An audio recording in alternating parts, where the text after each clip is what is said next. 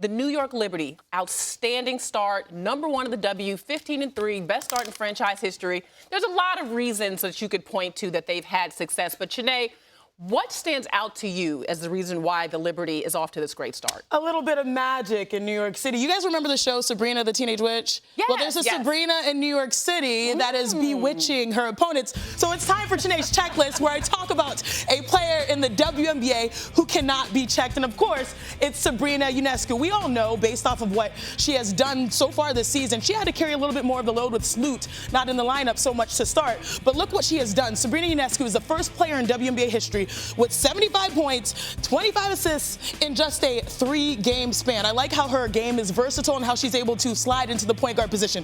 She has to initiate the offense, but that doesn't mean she's not looking for a shot. I love this type of action. You bring him down, but then you bring him back up. JJ is one of the toughest screeners in the WNBA. Here's a dribble handoff. It's good. You have to chase her because she's shooting around 37% from 3, but that creates a space where she is lethal. She's top 3 in not only assists per game, but also in 3-point makes. So it's awesome to see how she's been able to be versatile, also positionally. Again, talking about assists, right here, she's going to draw 2. But I love this. These are nuances. Sometimes when you help right here down low, you tend to go towards the defense. Instead, Kayla Thornton with a nice lane line drift up. She's patient, she attacks, and then gets a nice little bunny to go. So Sabrina Ionescu has been playing cool, calm, collected. She's brought some magic to New York City. I think she's done a great job of embracing both roles that she's had this year. Well, I don't want to be an official, but I think JJ moved on that screen. She kind of did. JJ kind of did, but when you set them on, you get away with them. Okay, okay. Well, Sabrina's coming off of a 26-point, 11-assist game against the Dream last Sunday, so Atlanta needs to be worried about her for sure. But, Carolyn, I know you've had your eyes on the contributions of Jonquel Jones so far this season. Well, Jonquel Jones has been putting together an MVP caliber season when she plays well. But there have been games where she's not played so well. Then the 3 losses specifically, and I'm even going to point out the Commissioner's Cup. JJ was 0 for 3 from the floor, and I just really felt like she went back to kind of a lazy JJ. I mean, the fadeaway. Look, she attacks the basket and gives it up.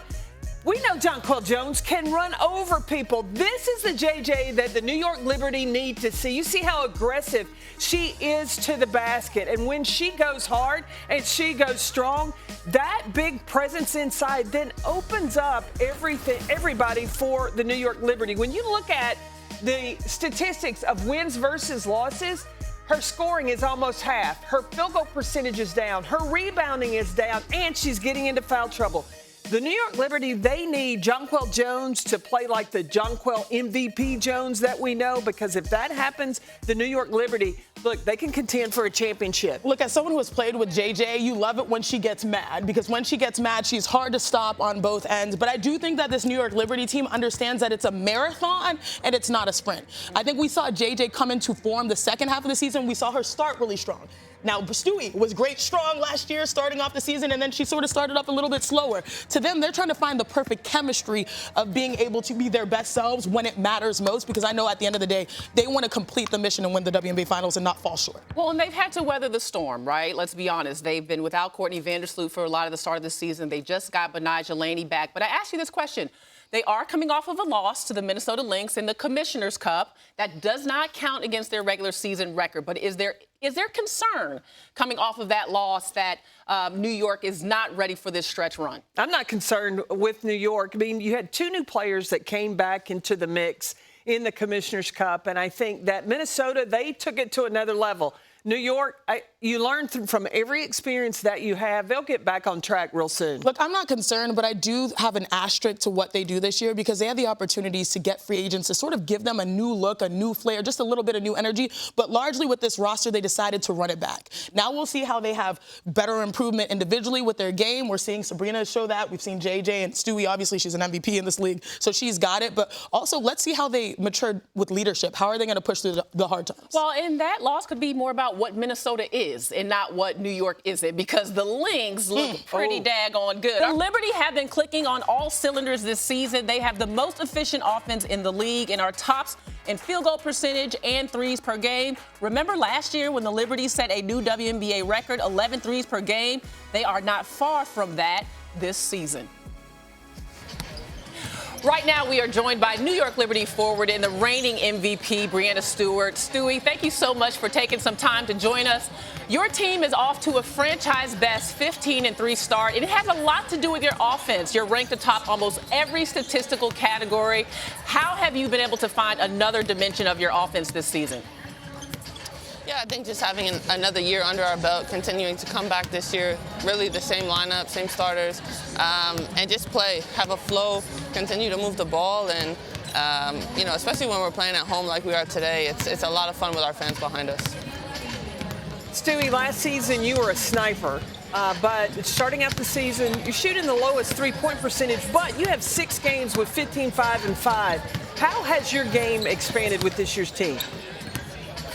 Yeah, I just think continuing to do whatever I can and doing what the team needs. Obviously, playing basketball the right way, finding my open teammates. My shot wasn't really falling as much as I wanted to, but we figured that out. But it is going to be falling in the future because you are approaching, Stewie, bonjour, Chiney, your third Olympics in Paris. Yeah. What excites you the most? Because in a few weeks, you will be out there with a different squad. I know. It's unbelievable, the fact that the Olympics is coming up so quickly. Honestly, what excites me the most is going for a third gold medal and really doing that with my friends and my family alongside me, because last time, in the middle of COVID, we were in quarantine and it wasn't the full Olympic experience, and I'm excited to have that back. Stewie, when you're in Barclays, when we're all in Barclays, one of our favorite things to look out for is Ellie. So I have to ask you, what has been your favorite version of Ellie? We've had Ellie-yance, we've had just all kinds of variations. What's your favorite? Marta showed me videos of Ellie-yance. I need to see that more often. Like when she came in and she did the tunnel walk with like 10 other people. That was amazing. Ellie is a vibe, and everybody knows that. And if you don't know Ellie, you gotta just look her up. Listen, Ellie has an entourage, and Ellie also has fits walking into Barclays. It was Tyler, the water challenge. Oh yeah, that was the Ellie. That was fire too. That was fire too. Thank you so much, Stewie, for your time, and good luck to you today. Appreciate it. Well, you don't have to go far to look for Ellie, because we got Ellie right here. Okay, guys, with the full jean outfit on. Let's Ellie go. Is always that was the Ellie Elliott right there. Ellie Elliott. Oh, yeah. Missy Elliott. Yeah. Okay. We love Ellie. Hey, hit it. A good time with all the moves. Okay, can you teach me your ways, Let's Ellie? go. Okay, that's called the Ellie Stomp. Okay, this is a PG-13. It's Sunday. It's Sunday. I don't know if the people are ready for this. So, all right, we're going to Twitter for our guy Kevin Lewis, 9450 podcast. Hashtag WNBA Countdown. What is the key to success for Atlanta for them to win versus the Liberty, knowing they're without 2 key players in versatility and length, Ryan Howard and Ariel Powers? You've got to lean on experience. I love Tina Charles coming back in her 13th season, first season with the Dream. She's averaging 14 points per game. She has 6 double-doubles on the year. I think you lean on Tina because she is one of the greatest buckets the league has seen. I think Atlanta's got to play the way that they did against Connecticut, especially defensively. They've got to be able to finish their defense with rebounding. They out-rebounded Connecticut, and I think Alicia Gray has got to be getting downhill, get in the paint, and got to finish. That is the key, and Maya Caldwell, who has been a big pickup.